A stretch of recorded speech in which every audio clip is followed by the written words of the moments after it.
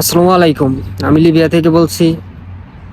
তো সবাই ভালো আছেন আশা করি। তো আমিও ভালো আছি। তো আপনাদের মাঝে আজকে যে বিষয়টি নিয়ে আলোচনা করব সেই বিষয়টি হলো রমজান মাসে বা ঈদের মধ্যে কীরকম গেম লিবিয়া থেকে ইতালি বা গ্রিস পৌঁছাইলো সে বিষয়ে আলোচনা করব। বা কীরকম সাকসেস হয়েছে বা এখন কীরকম সাকসেস হওয়ার সম্ভাবনা আছে। আসলেই বিগত রোজার মাসে সবসময়ই ভোট ছাড়ে, রমজান মাসে আর কি বেশি ছাড়ে এমনি দিনের চাইতে। তবে আবহাওয়া বুঝা কথা, আবহাওয়া ভালো থাকে সব দিনেই ছাড়ে। আর কন্ট্যাক্টের বোটগুলা সেইগুলা মনে করেন যে যাওয়ার সম্ভাবনা থাকে বেশি, আর এমনি বোট যাওয়ার সম্ভাবনা একটু কম থাকে যেগুলো কন্ট্যাক্ট ছাড়া। তো রমজান মাসে অনেকগুলো ভোট গেছে, ঈদের মধ্যে অনেক ভোট ছাড়ছে, ঈদের মধ্যে সব জায়গা থেকে ভোট ছাড়ছে, টুকটাক অনেক জায়গায় থেকে ভোট ছাড়ছে। তবে ইদানিং গ্রিসে আর কি ভোটগুলো বেশি ছাড়ছে, গ্রিসের দিকে মানুষ একটু দেখি বেশি সাকসেসফুল হয়েছে, গ্রিসের দিকে যাইতেছে মানুষ বেশি। হয়তো লাইনটা ভালো, লাইনটা মনে করেন যে কন্ট্যাক্টের গেম ছাড়ে, তো সেগুলো একদম কন্ট্যাক্টের মানে আপনার কোস্ট গার্ডের হাতে কন্ট্যাক্ট করে, ওরা মনে করেন কিছু দূর আইগে নিয়ে দিয়ে আইসা তারপরে মনে করেন যে ভোট চায়, এগুলো মনে করেন কন্ট্যাক্টের গেম থাকে। আর কন্ট্যাক্টের গেম ধরা খাওয়ার সম্ভাবনা কম যদি সাগরে কোনো দুর্ঘটনা না ঘটে। তো যাই হোক, কয়েকদিনে অনেকগুলো বোট পৌঁছাইছে। তো এখন তো গরমকালই আইসা পড়ছে।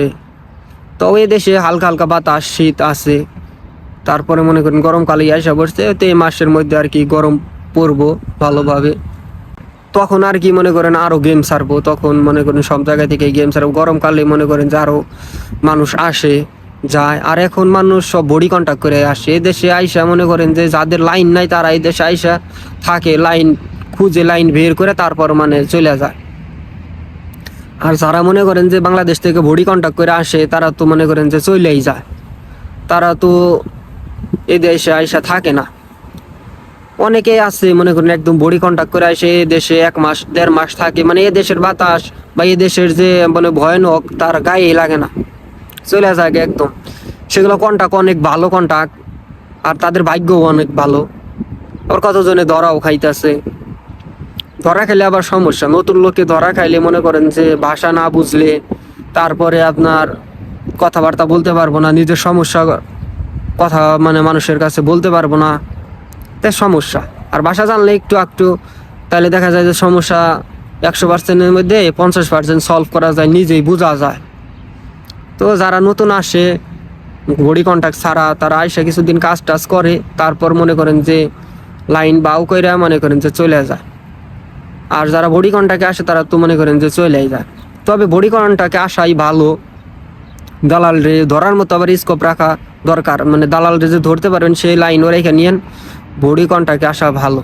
এ দেশে আইসা নিয়ে আপনার কাজ বাজ করে আরো হয়রানি, এ দেশে আসা পুলিশের হয়রানি, মাফিয়া টাফিয়া মানে সব কিছুরই হয়রানি, থাকা খাওয়া তারপরে কাজ মানে সব কিছু হয়রানি। আর হলো বেতন কম এই দেশে, এর থেকে বাংলাদেশেই কিছুদিন থাইকে ভালো একটা দালাল দিয়ে বডি কন্ট্যাক্ট আইসা করেন, যাইতে পারবেন, আল্লাহর রহমতে যাইতে পারবেন। টাকা 2-1 টাকা বেশি বা কম বেশি লাগুক যাইতে পারবেন। তবে এ দেশে আইসা আবার দালাল খুঁজে আবার মনে করেন দালালের সাথে কন্ট্যাক্ট করলেন, দালালের বাড়িঘরই জানলেন না। আর দেশে থাকলে কন্ট্যাক্ট করলে তাও দালালের বাড়িঘর জানতে পারবেন যে কোথায় বাড়ি, ধরতে পারবেন। আর এদেশে আইসা যদি আবার এরকম দালালের হাতে পড়েন যে বাড়িঘরই চিনলেন না, জানেন না, আবার লিবিদের সাথে কন্ট্যাক্ট করবেন, তো কত লিবি আছে টাকা পয়সা মাইরা দেয়, বুঝেন না। আবার লিবি টাকা মাইরা দিলে তো তারে ধরতেই পারবেন না, সেটা মনে করুন অসম্ভবই ধরতে গেলে।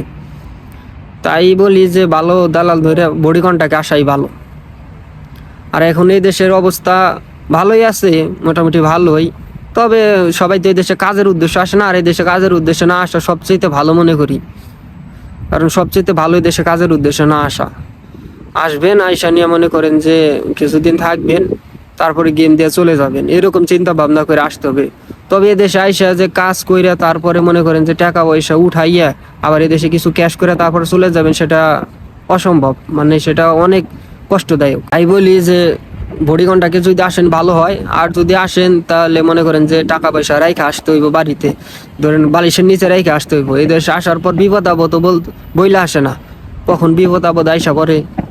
তাই বলি যে মানে বিপদ আপদের জন্য টাকা রাইখে আসতে হইব। যারা এই দেশে আসেন কাজ করে চলে যাওয়ার চিন্তা ভাবনা করেন।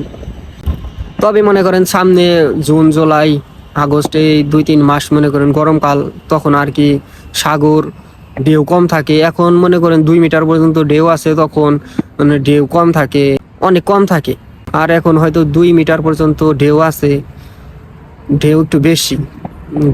বাতাসের কারণে ঢেউ থাকে। আর গরমকালে তো বাতাস থাকে না, সাগর ঠান্ডা থাকে। তো তাই বলি যে যার মাধ্যমে আসেন ভালো মাধ্যম দিয়ে আইসেন। আর ঈদের মধ্যে অনেক বোট চলে গেছে, তো আলহামদুলিল্লাহ সবারই মনের আশা পূরণ হোক। যারা গেম করে আছে তাদেরও মনের আশা পূরণ হোক। সবাই সবার জন্য দোয়া করবেন, ভিডিওটি শেয়ার করে দিবেন, চ্যানেলটি সাবস্ক্রাইব করবেন। আসসালামু আলাইকুম।